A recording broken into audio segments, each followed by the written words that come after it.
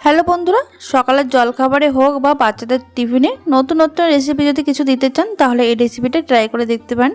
মাত্র 10 মিনিটের মধ্যে তৈরি হয়ে যায় আর খেতে কিন্তু ভীষণ ভালো হয়। আর এই রেসিপিটা যদি বাচ্চাদের টিফিনে দেন তাহলে কিন্তু বাচ্চারা ভীষণ মজা করে খাবে আর দেখতেও ভীষণ ভালো হয়। দেখুন, এখানে নাস্তাটি বানানোর জন্য সবার প্রথমে একটা সিদ্ধ করা আলু মিডিয়াম সাইজের, সেটা একটা গ্রেটারের সাহায্যে গ্রেট করে নিয়েছি। আর একটা সিদ্ধ করা ডিমও গ্রেটারের সাহায্যে গ্রেট করে নিতে হবে। এটা কিন্তু হাত দিয়ে ম্যাশ করার কোনো দরকার নেই, এটা কিন্তু গ্রেটারে সবথেকে ভালো হয়।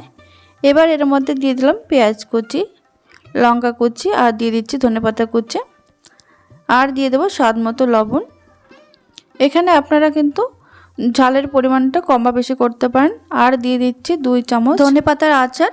এই আচারের রেসিপিটা আগেই তৈরি করা ছিল বাড়িতে, দেখুন সেটাই দিয়ে দিলাম। এখানে আপনারা যে কোনো আচারই ব্যবহার করতে পারেন। আর যদি আচার না থাকে এখানে 2 চামচ লেবুর রস হোক বা চাট মশলা মিশিয়ে নিতে পারেন।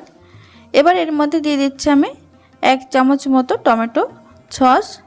এবার সমস্ত কিছু কিন্তু ভালো করে মেখে নিতে হবে, তবে বেশি খুব গোটা গোটা করে মাখবেন না, হালকা হাতে এভাবে মেখে নেবেন যাতে একটু গোটা গোটা থাকে ডিম বা আলুটা।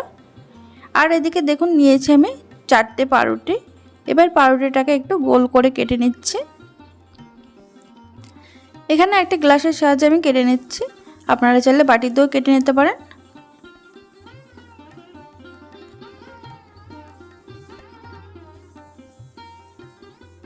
এইভাবে প্রত্যেকটা আমি পাউরুটি কেটে নেব।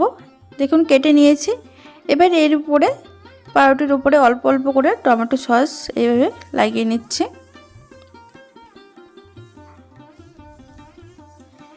এবার যে ডিম আর আলুর মিশ্রণটা তৈরি করে রেখেছিলাম সেটা এই পাউরুটির উপরে দিয়ে দিতে হবে।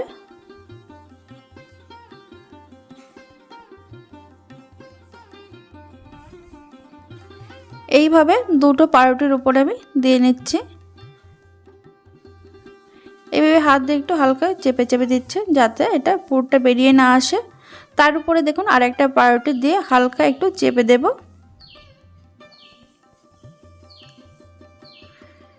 এদিকে দুটো তৈরি করা হয়ে গেছে, আর একটা আমি করে নিয়েছি। দেখুন 3টে মোট করে নিয়েছি। এবার একটা ফ্রাই প্যানে দিয়ে দিলাম সামান্য বাটার। এটা কিন্তু বাটার দিলে খেতে বেশ ভালো লাগে। আর এখানে বাটারের পরিবর্তে আপনারা সাদা তেল হোক বা সামান্য ঘিও দিতে পারেন।